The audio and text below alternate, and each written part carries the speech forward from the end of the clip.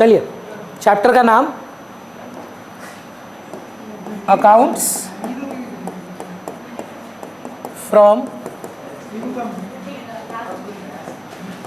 Incomplete records.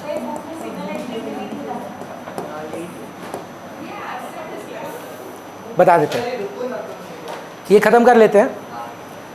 तो ये chapter Bhavika आपको बेटर समझ में आएगा। चैप्टर का नाम है सिंगल एंट्री।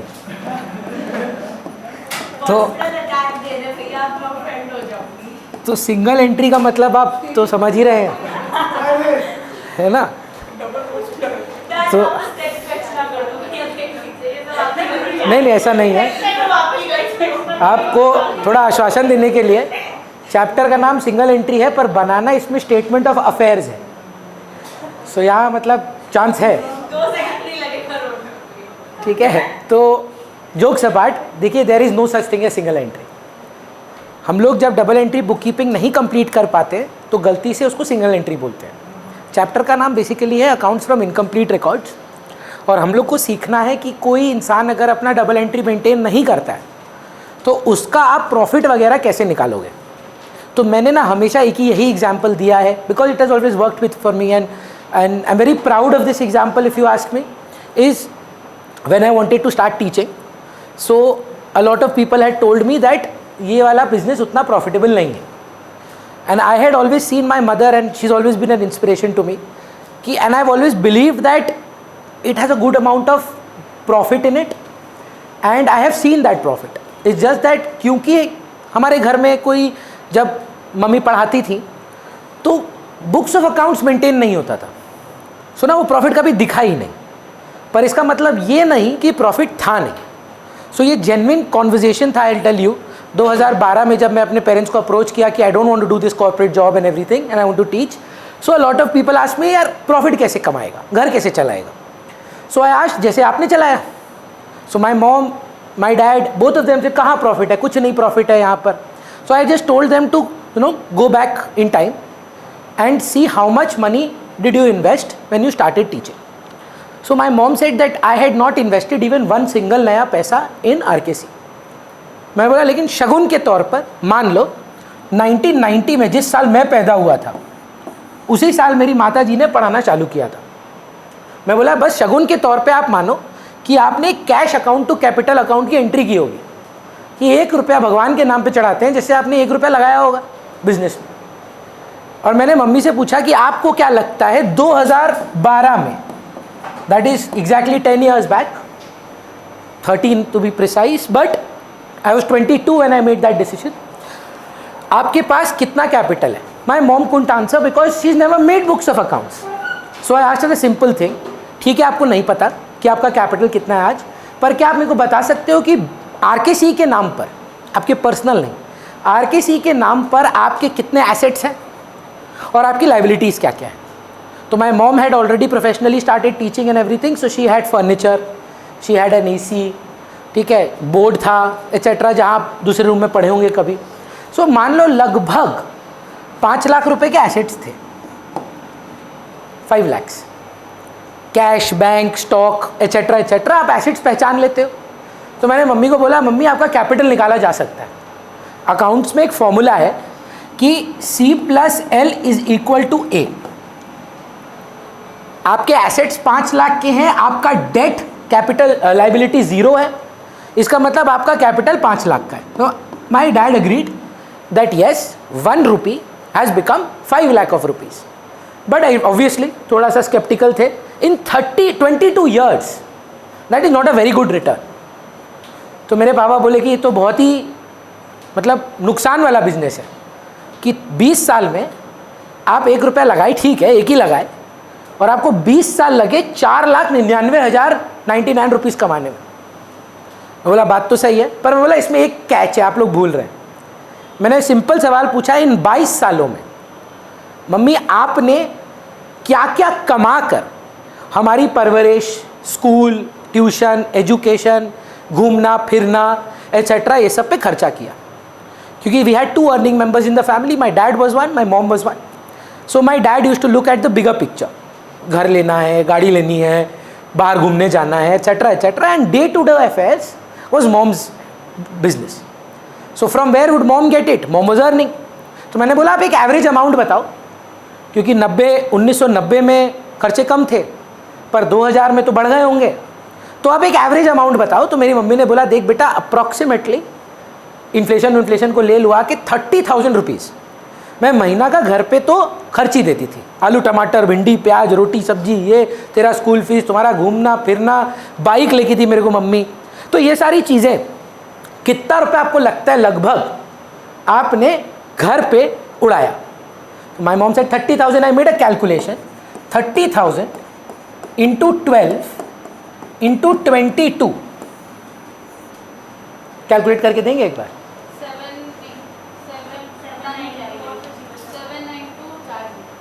मतलब 79,20,000, लगभग 80 लाख रुपया. 80 लाख रुपया का प्रॉफिट जेनरेट आरकेसी ने करके दिया, आपने उसको खर्च दिया. तो ये तो मत बोलो कि प्रॉफिट नहीं था. अब प्रॉफिट खर्चोगे तब तो देखो, आप मुकेश अंबानी हो, आप बियॉन्से को बुलाओ अपनी बेटी की शादी में नचाने के लिए, उसका कोई अंत नहीं है, है ना. सो आपने अगर आप प्रॉफिट कमा के उड़ा दिया, ये मत बोलो कि प्रॉफिट नहीं कमाया. तो पॉइंट क्या है मेरा, मैं बोला कि जब अगर किसी का आप ऐसे कैपिटल से प्रॉफिट निकालना चाहते हो तो एक सिंपल सा कॉन्सेप्ट यूज करते हैं.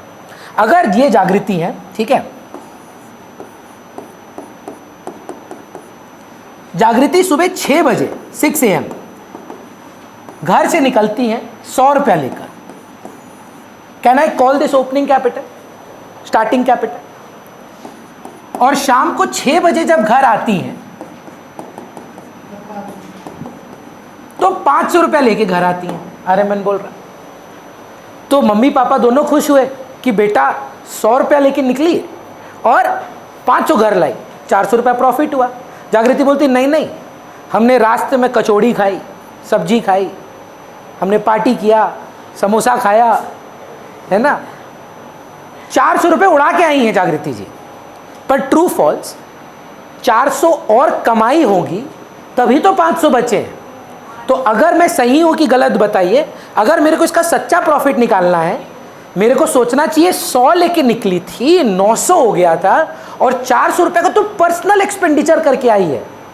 तो एक्चुअली में प्रॉफिट कितना था? 800 रुपया. वहाँ बगल में भाई या बहन थी, वो बोलती नहीं 200 रुपया तो हमसे लिए. तो ये जो 500 देख रहे हो ना, ये कमाया हुआ नहीं है, इसमें से 200 मेरा दिया हुआ पैसा है. तो 200 रुपया माइनस कर देना चाहिए. तो 600 रुपया आपका टेक्निकली फिर प्रॉफिट होना चाहिए. बस इसी को जब आप फॉर्मूला का कहानी में डाल देते हैं ना, बन जाता है सिंगल एंट्री, और कुछ नहीं. तो अगर आप फॉर्मूला खेलना चाहते हैं, closing capital minus opening capital plus drawings minus further capital introduced is equal to gross profit. अब देखिए, ये भी ना रटिए मत, एक सेकेंड जल्दी खत्म करिए.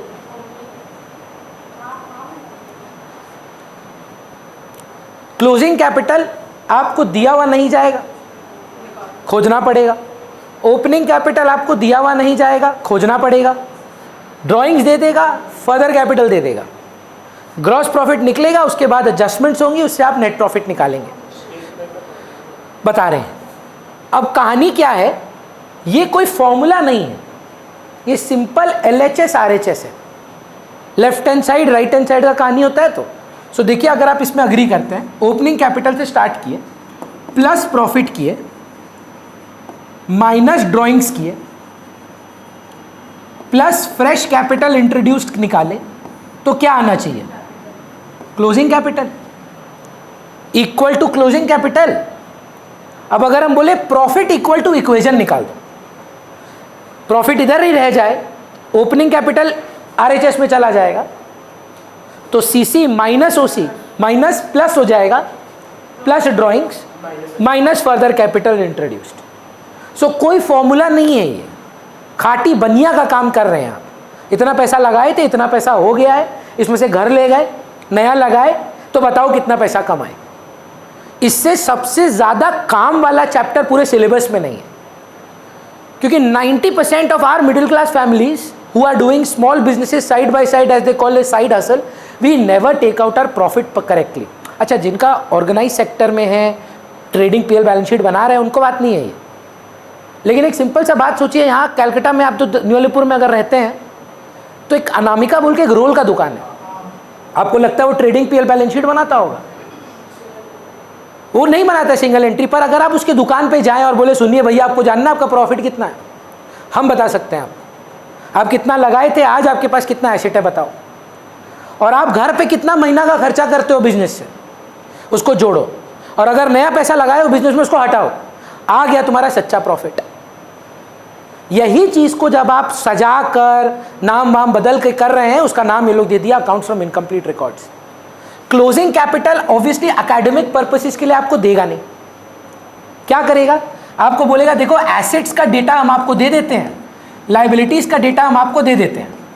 हाँ, तो बच्चा बोलता है बना लेंगे बैलेंस शीट और बना लेंगे मिसिंग फिगर कैपिटल, पर बैलेंस शीट किसका टर्म है? डबल एंट्री बुक कीपिंग का। इसीलिए बैलेंस शीट नहीं यूज कर सकते, स्टेटमेंट ऑफ अफेयर्स है ये बैलेंस शीट।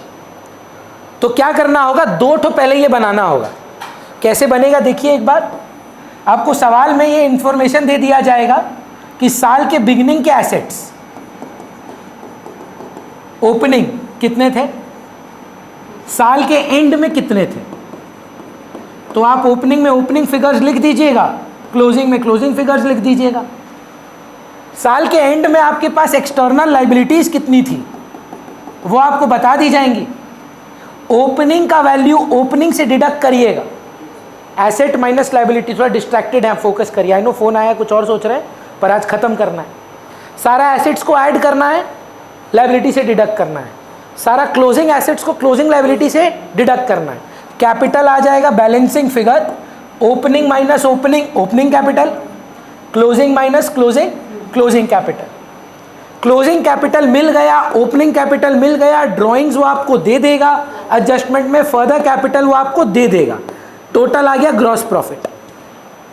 उसके बाद वो फाइनल अकाउंट्स के कुछ खर्चों के बारे में बताएगा। सुनो हम डेट नहीं लिए, सैलरी आउटस्टैंडिंग रह गई, इनकम कमाए पर मिला नहीं, खर्चों को इसमें से डिडक्ट कर दीजिएगा, इनकम्स को ऐड कर दीजिएगा, वो आ जाएगा नेट प्रॉफिट। तो क्या पहला राघव दो चीज बनेगा, opening statement of affairs, closing statement of affairs. उसके बाद ये जो बोल रहे हैं ना, इसका नाम क्या दिया ये लोग, स्टेटमेंट शोइंग प्रॉफिट और लॉस। जी लिखना होगा। फिर लास्ट में जाकर एक चीज और बनेगा जिसका नाम है फाइनल स्टेटमेंट ऑफ अफेयर्स। ये होगा last balance sheet.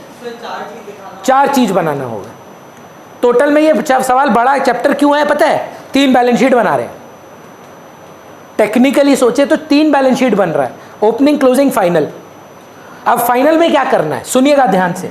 Final statement of affairs में all assets will appear at closing values after all adjustments। मतलब अगर इसमें डेप रहा, 5 लाख का एसेट था, डेप्रिसिएशन था 10%, तो 5 लाख का एसेट क्लोजिंग में था, लेस 50,000। डेटर था 4 लाख का, बैड डेट हो गया 10,000 का, तो 4 लाख माइनस 10,000। सारा एडजस्टमेंट कहां करेंगे? Final statement of affairs. सारा क्लोजिंग लाइबिलिटीज रिकॉर्ड करेंगे, क्लोजिंग एक्सेप्ट कैपिटल, वो ओपनिंग होगा। और अगर आप रटिए मत क्यों ओपनिंग होगा, क्योंकि अब हम जब बैलेंस शीट बना रहे हैं कोई मिसिंग फिगर नहीं है मेरे पास, तो हम वही करेंगे जो करते आए हैं।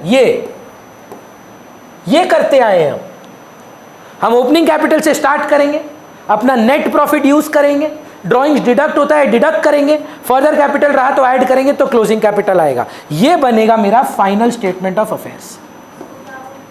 Final statement of affairs, statement showing profit और लॉस। हम आपको अभी सम कराएंगे, लमार्टिनर का पेपर में सिंगल एंट्री दिया है, हम लोग सबसे पहला एक ही सम कर रहे हैं अभी, वही आप एक ही बार में कर लीजिए, सारा काम खत्म हो जाएगा, इसके बाद एक और कर लेना। पर इससे आसान चैप्टर नहीं मिलेगा, तो भी आपके बेनिफिट के लिए, क्योंकि एग्जाम से पहले समरी चाहिए होता है, हम कुछ स्टेप्स लिखवाना चाहते हैं आपको। Step 1, prepare opening and closing statement of affairs.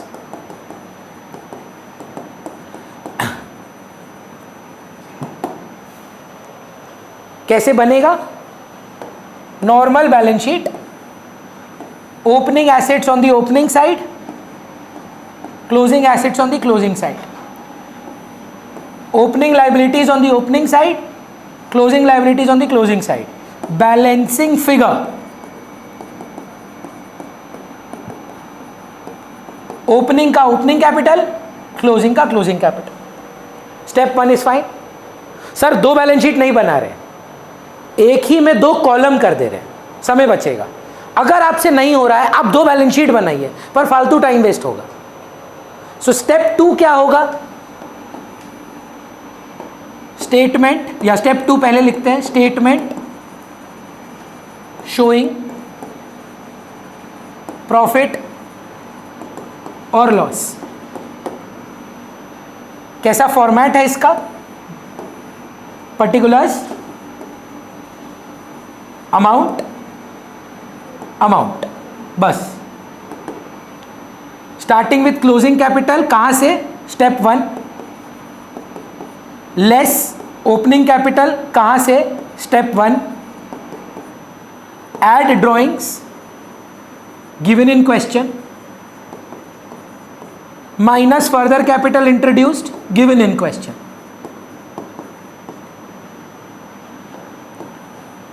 Final amount outer column में ग्रॉस प्रॉफिट, सब inner inner inner inner, final amount GP outer column में। Less depreciation, less bad debts, less any outstanding expenses, add any prepaid expenses. अच्छा, prepaid add क्यों हो रहा है यश? नहीं है, इनकम, एक्सपेंस नहीं है। प्रीपेड का मतलब है, सुनो, ये खर्चा नहीं है, एसेट है, अगले साल का खर्चा है। ये खर्चा को गिराएगा। जो चीज खर्चे को गिराएगा वो आपके प्रॉफिट को बढ़ाएगा, इसीलिए ऐड कर रहे हैं। और add any accrued income. Accrued income का मतलब जो आपने कमाया पर मिला नहीं। यहां से आ गया आपका फाइनल नेट प्रॉफिट, जो आउटर कॉलम में लिखेंगे आप यहां पर।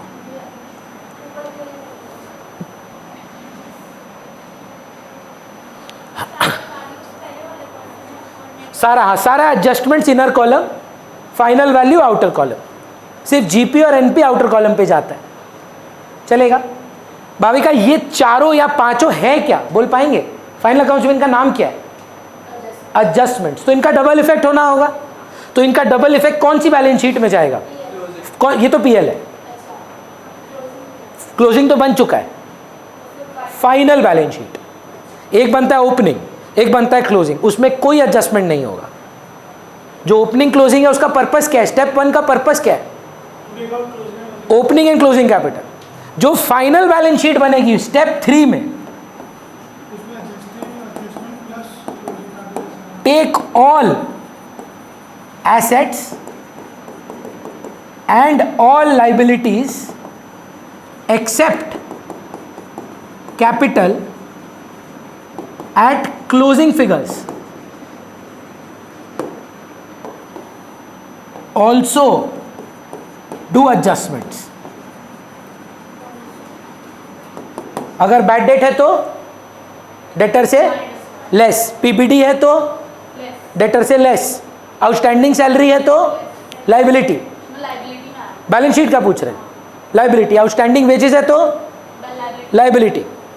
सारा एडजस्टमेंट्स किधर यश? फाइनल क्लोजिंग मत बोलिए, कंफ्यूज हो जाएंगे। फाइनल बैलेंस शीट, ओपनिंग और क्लोजिंग को हाथ ही नहीं लगाना है। जो करना है कहाँ करना है? फाइनल बैलेंस शीट में करना है। फाइनल बैलेंस शीट बोलना गलत होगा, फाइनल स्टेटमेंट ऑफ अफेयर्स चलेगा। कैपिटल कौन सा लेना है? ओपनिंग। प्रॉफिट का क्या करना है? ऐड करना है। ड्रॉइंग्स का क्या करना है? लेस करना है। अगर फर्दर कैपिटल है तो ऐड करना है। एक सम बनाते हैं, हमको लगता है कि आप एक बार में इसको राइट करेंगे। लमार्टनर का पेपर है, देखिए उसमें सिंगल एंट्री दिया, अच्छा टफ एंट्रीज है। टफ तो नहीं है, स्टैंडर्ड है, 12 मार्क का सम आता है सिंगल एंट्री का। Closing stock account debit to trading, trading में डालते हो ना, कहाँ डालते हो क्लोजिंग स्टॉक को, के कहाँ, बाय क्लोजिंग स्टॉक। एंट्री सोचो, ट्रेडिंग अकाउंट में क्लोजिंग स्टॉक टू ट्रेडिंग। जी जी जी, चलिए भाविका पहला काम आप कर दीजिए स्टेप 1 का। सम नंबर 8 है शायद, देखिए 5 बोल रहा है, देखो ध्यान से, 8 ही है।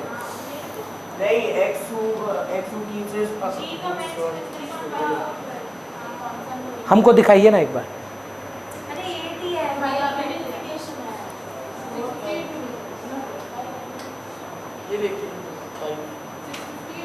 एक बार बंद हो गया।